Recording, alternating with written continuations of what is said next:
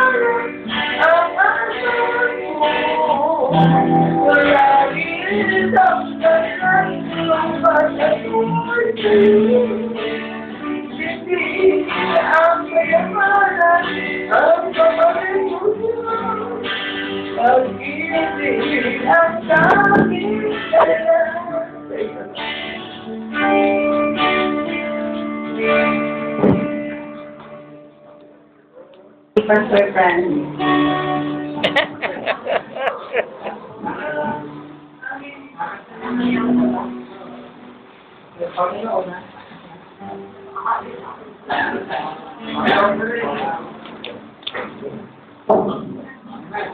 Testimony, testimony. Magandang umaga po sa inyo lahat. Ako ay nagpapasalamat dahil naraos ko yung birthday ko nung weekend. Kaya po kayo, pasensya na lang po kayo kung anong handa ko. Nagpapasalamat din po ako sa pamilya ko dahil yun, ang birthday na po namulo at may binigyan ako din sa akin regalo ng birthday ko. Kaya okay na po. Ang galing ng mga anak ko. Nagpapasalamat din po ako sa mga taong nagmamahal sa akin. Iniingatan din nila ako. May mga mensahe po sila na napapaabot sa akin na hindi lang po maganda. Kaya lang, tulad ng maraming na iwas ang po yun. Salamat po, hindi ako natusok. Talagang nagbago na rin po ako dahil salamat po sa asawa ko.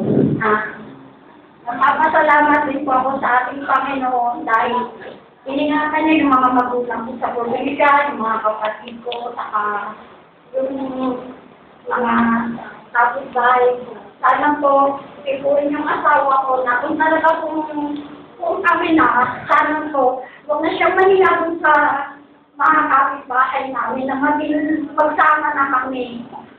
Kasi ako siya dahil matagal na po away-away, kami. Kaya sana po, yung tuluyan na po magbago kami pareho. Papasalamat din po ako sa aking sarili kasi nawala na nung makipag-away talaga ako sa asawa ko. Kaya maraming salamat po sa ating Panginoon.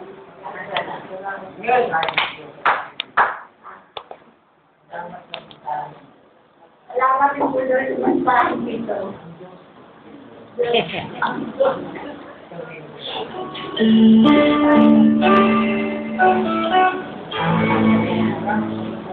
Papasalamat po sa mensahe ng ating Panginoon.